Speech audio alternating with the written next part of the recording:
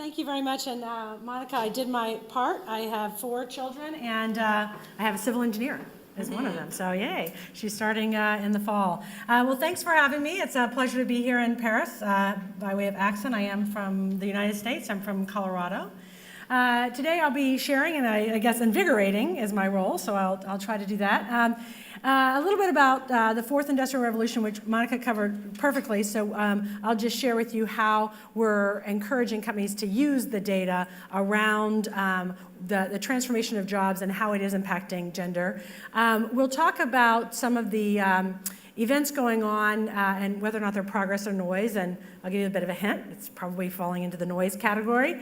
We'll share a little bit about our latest When Women Thrive, Businesses Thrive. We've been at it now for 4 years, and we have some new learnings, and so we'll share a little bit about that.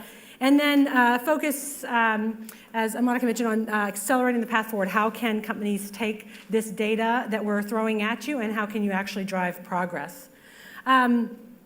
So, Veronica, as you mentioned, the World Economic Forum, the Future of Jobs report came out, and again, we're looking at, as Monica mentioned, the dislocation has the greatest impact on women, so you can cut the numbers a variety of ways, but basically, the way that we cut them was around jobs versus industry, and we said management, computer and math, there's your STEM, and architecture and engineering are going to be the jobs that grow the greatest with this industrial revolution, and these are the ones that unfortunately are less likely to be held by women, 25, 23, and 11.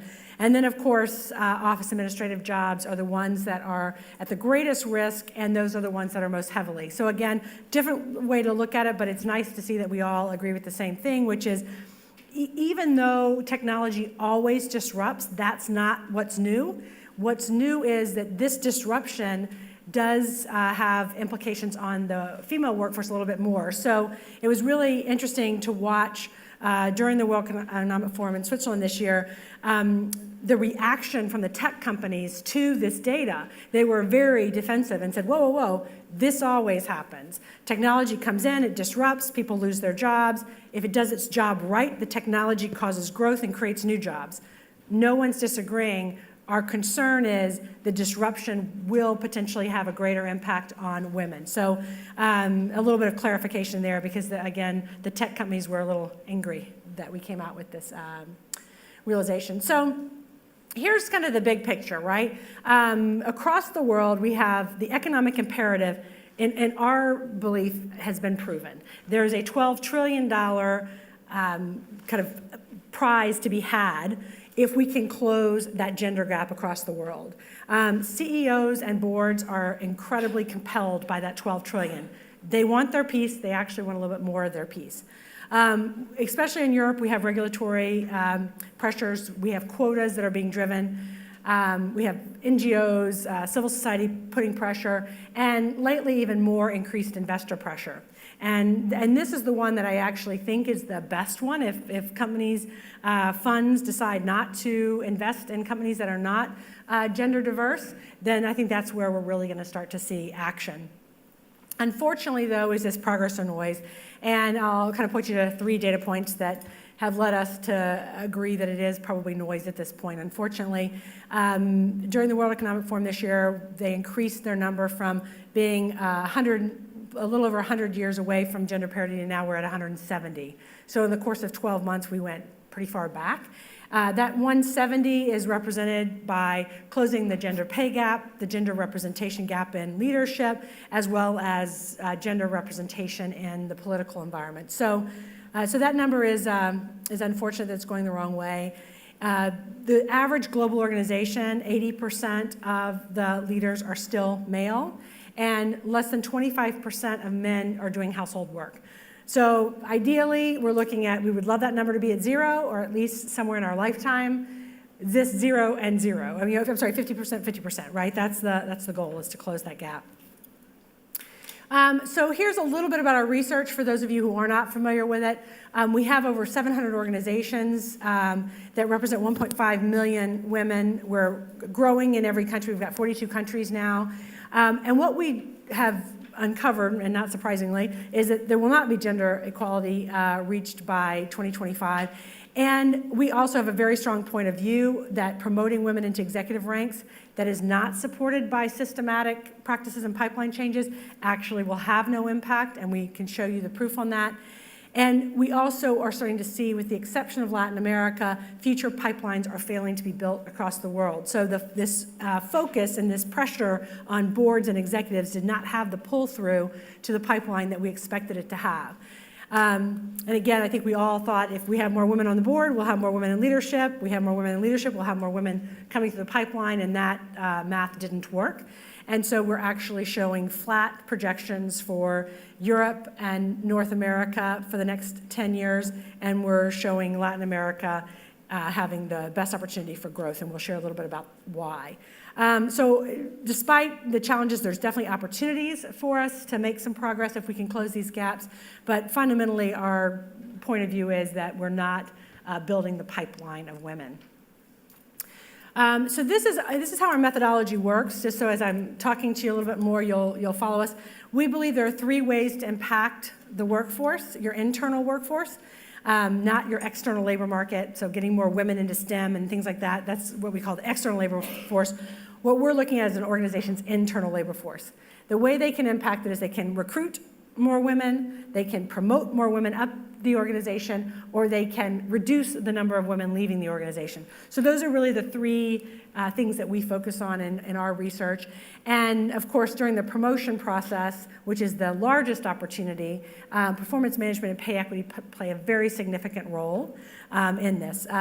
Companies that actually have a very strong, robust pay equity process, not only do they uncover workflow challenges that women have, which is the root cause for many of the pay gaps, but they're able to remediate them because they actually uncover them.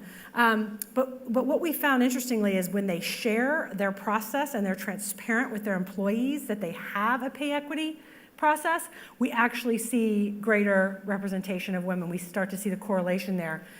For companies that do it but don't tell their employees, we see no impact. And so for us, a great deal of the work we do is pay equity, and being a little bit dramatic, but not so much so, we're literally asked to do the work and then shred it on our way out the door. They don't want anyone knowing that we're doing it. In many cases, we're doing it under privilege with the attorney, and HR doesn't even know we're doing it. That's how quiet many organizations are that they're doing pay equity. We understand why, but we also want to share that you're not getting the benefit of your women believing that they're being paid fairly if you're quiet that you're doing the work. So we really are this year pushing hard for companies to get comfortable not only doing the pay equity analysis in a very robust way, understanding the root causes, but also being transparent about it. And then finally, the exits, and we'll share a little bit about what's going on there. So I introduced you a little bit to the concept. This is the data, and this is the average European organization. And as you can see, the greatest dislocation of jobs that are planning to happen are down here in this support staff. And of course, that's where we have 51% of females. And then if you look up the promotion chart, it's very, very low promotion rate. So the velocity is just not there to close the gender gap, especially if you look right here from 32 to 68, you have 68% men, 32% women, you're not promoting very many up and into this organization anyway. So the velocity is just not there to really make a strong impact. And then countering that, when you look at the hiring rates are very similar. So if we stick with the manager for a moment, you're hiring in 8% women and 8% men, which sounds great, right? It is. But you're hiring in 8% of this very, very large number. And you're hiring in 8% of a much smaller number. So that's why it's going to take us a very long time to get there. Very aggressive companies are starting to look at counts as opposed to percentages. That's a little bit dicey. We first tell organizations to look at percentages. Many companies are not hiring the same percent. But the very progressive ones that really want to close this gap in 5 years versus over 100 are starting to hire more women. So again, if you look up here and follow across the top, you see how we're hiring 11% women and 6%. The CEOs are doing that. So they're saying, I'm done with this, I don't want to talk about it anymore, I'm just going to go do it. They're hiring a greater percent of women, again, of a very small number, but still. But then watch what's happening here. The women are leaving at higher rates. So this is what we're saying is we're seeing CEOs and boards are very compelled by that $12 trillion. They want their piece. They want more than their piece. We see them taking action. Nothing systematically is changing, no policies and procedures. They're leaving at higher rates. The only difference in this chart is really in Latin America. We did not see that big pressure up there. We saw the efforts down here, and we actually do think that that's going to be sustainable. So we have a great outlook for Latin America. And then again, what we tell companies to look for is look to see where the rate changes, where your women start to leave at a higher rate or even at a lower rate, and just understand what's going on. So it helps you narrow down what your focus area is. This slide, as simple as it seems, is probably the slide we spend the most time on with organizations. And what we look at is, depending on where your organization is in their journey, most start off on this left-hand side. Human resources driving your diversity and inclusion efforts. They are focused mostly on employee engagement and retention. We want our women to be happy. We want them to stay. They're focused on compliance and risk mitigation. I want to meet all of my requirements. When you're just focused over there, we actually don't see much progress. It's only when it comes over here, and in addition to these efforts, the businesses get involved. So when business leaders get involved and they start to align their diversity and inclusion efforts to innovation and growth and understand their customers better, and it's everything is integrated, only then do we start to see progress.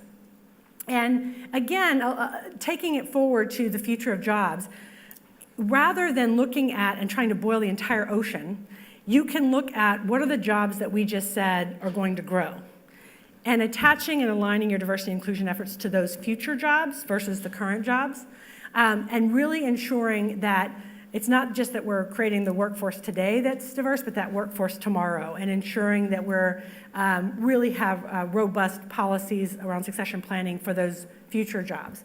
And really what we look at when we talk about this slide with executives is to make sure that it's authentic. So if you're the chief HR officer, talking about employee engagement and retention is very, very natural. Talking about having the talent for the future, very natural. If you're a lawyer or the chief legal officer and you're talking about diversity and inclusion from a compliance and risk standpoint, very compelling, very authentic.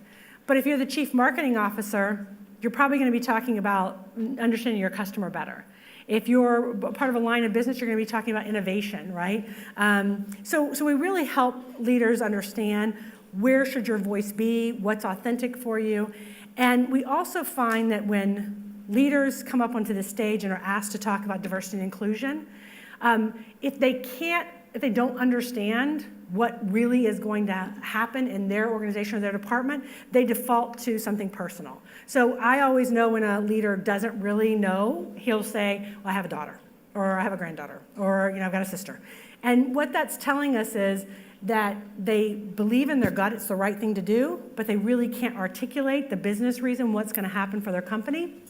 So they default to a social perspective. And we do, again, find a lot of backlash on implications around defaulting to it being a social issue or the right thing to do. So we really encourage leaders to understand, make it part of your mission and brand, understand how it relates and the impact it's going to have. So we've started to use the word business imperative versus business case. Business case is set, it's $12 trillion. The business imperative or the business impact to your organization is what companies really need to spend their time on. So our point of view is engage your stakeholders around the data in a meaningful way. And so I know Bill's going to be sharing a good bit with you on how to really get men passionate and make it personal. So I won't spend a lot of time there, but I will tell you we did our entire session around the World Economic Forum on the role of men. So we do feel it's very important. As I mentioned, the board and the executive team, they care about the $12 trillion. So all you have to do is point to that number and tell them what to do, and they're golden. This is your opportunity, business leaders and middle managers. They are not as interested in the $12 trillion.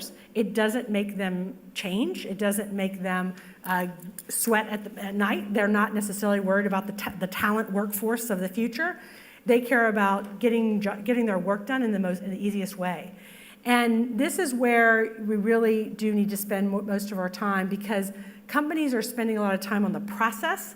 So 80% of companies, based on our last global talent research, are expanding their leave process, their leave policies. We want to have more leave for men. We want to have more leave for your parents, for your kids, for your friends. We're spending a ton of time and money increasing these policies.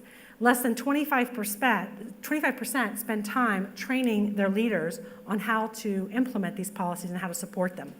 And so that big dislink, you can see again in your data. So we look at, let's just take parental leave. We look at the amount of leave a company is offering to their employees, and then we look at the percent of people taking the leave. And that gap tells you that your managers are still not culturally allowing that leave to be taken. Again, the only place we saw something unique going on is Latin America. It's the only place where men and women were taking the majority of the leave that was offered to them from their companies. In the US and even in Europe, our men are definitely not taking the leave that's offered. And again, that huge dislink that if you don't have the data, you have tech companies out there talking about, giving up to a year paid leave for their male employees. You say that's great and it sounds wonderful in the press. And you say, well, what percent of your men are taking leave? Oh, none of them. That's why I'm able to offer it, right? So we really do push you to say, don't just focus on the policies, focus on the middle managers.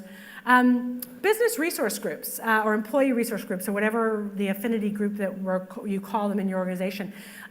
We're finding that those are actually drive employee engagement of your women, but they actually don't drive future representation of women in leadership. And they're often run by HR. And so again, employee engagement is a wonderful metric. But what we're finding is unless you are looking at holistically women's career paths, but also their financial health and their overall wellness, then you're missing a great opportunity. So I know we had some sessions here about women in wealth and women's health. And what we really encourage business resource groups to do is get the data for your organization. Find out what unique health issues your women are having, not just generic. Use your own health data to say, are our women experiencing depression or anxiety or sleeplessness? You can look at prescription data and tell that. And then go to your women and say, we have seen that this health issue is on the rise with our women, so we're offering this program.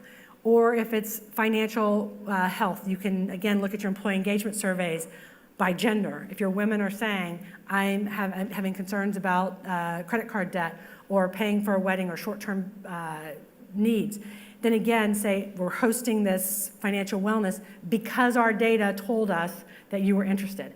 That's the missing link, is there's all these programs out there that companies are putting out, but they're not actually engaging you around why they're throwing the programs out there. And so what we're seeing is the utilization of those programs, very, very small.